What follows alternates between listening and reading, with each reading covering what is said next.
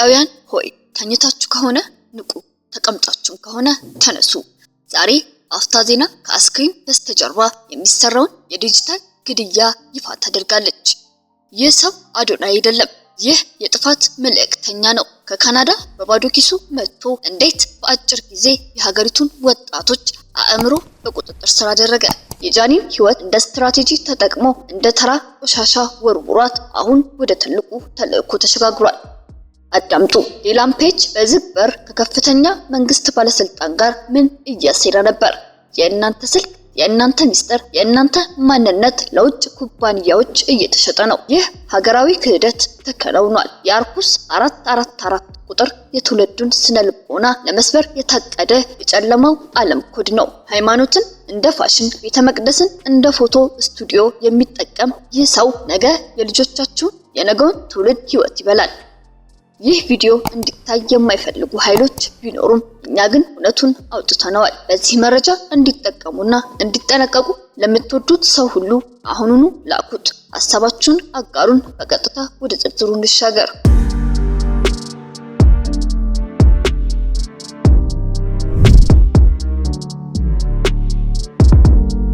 ይህንን ከማየታችሁ በፊት አንድ ጥያቄ ልጠይቃችሁ። በሶሻል ሚዲያ ላይ የምትከተሉት እያንዳንዱ ሰው እውነተኛ ነው ብላችሁ ታምናላችሁ?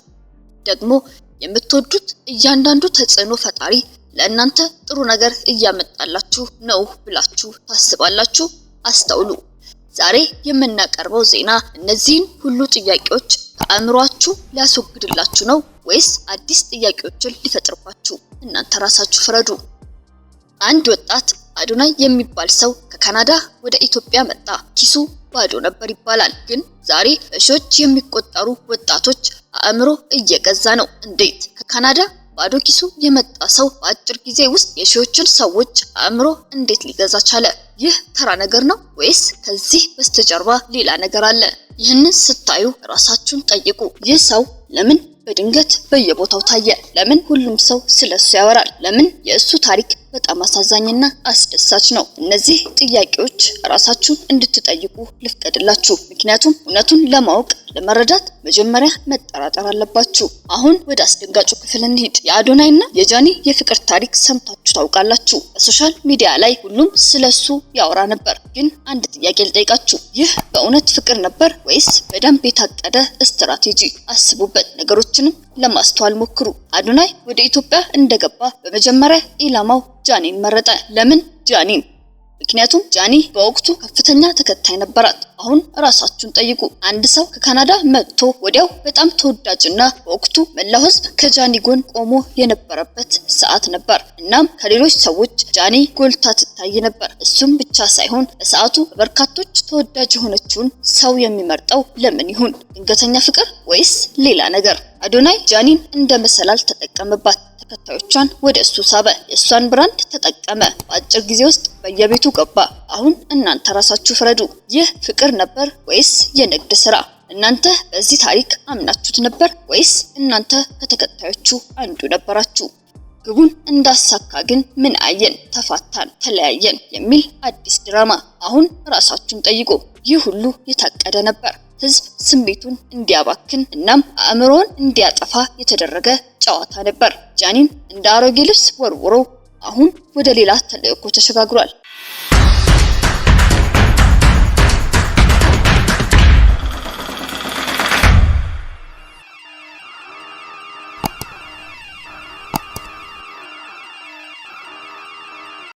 ይህ ዲጂታል ግፍ አይደለም ወይ? እናንተ ምን ታስባላችሁ?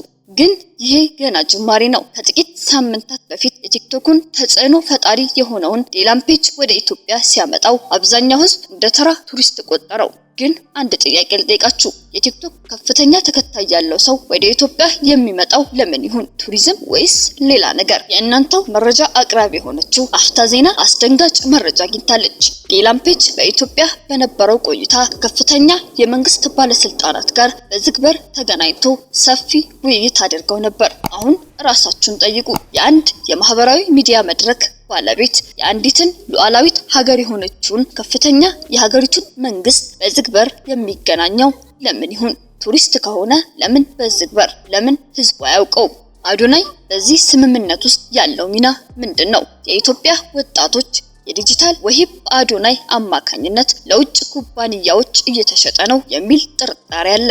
እንዳገኘነው መረጃ ከሆነና ይህ እውነት ከሆነ የእናንተ የግል መረጃ ወደ ውጭ እየተላከ ነው ማለት ነው።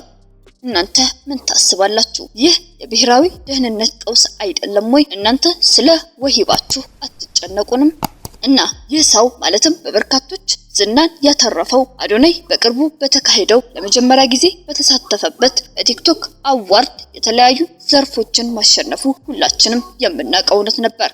በሰዓቱ ለሁላችንም በቲክቶክ ላይቭ ሲያስተላልፈው በነበረው ምሽት ላይ አዶናይ ሌሊቱን ሙሉ በተለያዩ ጭስና በብልግና ድባብ ውስጥ አሳልፎ ያንን የረከሰ ልብስ ለብሶ ሻወር እንኳን ሳይወስድ በማግስቱ ጠዋት ወደ ቅዱስ ቤተ መቅደስ ሄደ። አሁን ራሳችሁን ጠይቁ። መተናል ወደ አክሱም እንግዲህ ማርያምን ለማክበር የነባት እሺ መተናል። ሳንተኛ ወዲያውኑ ከነ ሶፌን የመጣው የታባቱ እሺ አንዴሞ ቤተክርስቲያን ባማ አንቺ እሺ ይህ ተገቢ ነው? ቅዱስ ቤተ መቅደስ የሚገባ ሰው በዚያ ሁኔታ ሊገባ ይገባዋል? ይህ ድፍረት ነው ወይስ ሆን ተብሎ የሚደረግ ተግባር? እውነተኛ አማኝ ቤተ መቅደስ በሚገባበት ስርዓት አለው። ጸሎት፣ ንስሐ፣ ንጽህና። አዶናይ ግን እምነትን ለብራንድ መገንቢያ ብቻ እየተጠቀመበት ነበር። ሃይማኖትን እንደ አዲስ አልባሳት ሲያለቀልቅ ነበር። ይህ ተገቢ ነው? እናንተ ይህን ስታዩ ምን ይሰማችኋል? እናንተ እምነት አላችሁ ወይስ እምነት ለእናንተ ተራ ነገር ነው? እና አሁን እጅግ አስፈሪው ክፍል እንመልከት። ደረቴ ላይ ለምን 4 እንዳረኩኝ ላሳያችሁ። ቁጥር 444 ብዙዎቻችሁ የመላእክት ቁጥር ነው ብላችሁ ታስቡ ይሆናል። ነገር ግን አንድ ጥያቄ ልጠይቃችሁ። ይህን ቁጥር ለምን በየቦታው ይታያል? ለምን አዶናይ ይህንን ቁጥር በየቦታው ይለጥፋል? ድንገተኛ ነገር ነው ወይስ ሆን ተብሎ የሚደረግ ነገር? 444 ማለት ያው የኢሉሚናቲ አልባልስልጣን በዓለም አቀፍ የጨለማ ኃይሎች መዝገበ ቃላት ውስጥ ይህ ቁጥር ትውልድን ሴክሹዋላይዝ ለማድረግ እና ወጣቱን በአውሬው ምልክት ስር ለማሰባሰብ የሚጠቀሙበት ኮድ ነው። አሁን እራሳችሁን ጠይቁ። አዶናይ ምን እያደረገ ነው? ወጣቶቻችንን እያሰለጠነ ነው? በግልሙትና በሴጋና በአደባባይ በሚፈጸም ብልግና የኢትዮጵያን ትውልድና ስለንቦና እየመረዘ ነው። ውጡ በቃ ለኔ ያወራል ይሄን መልእክት እስኪያስተላልፍ ነው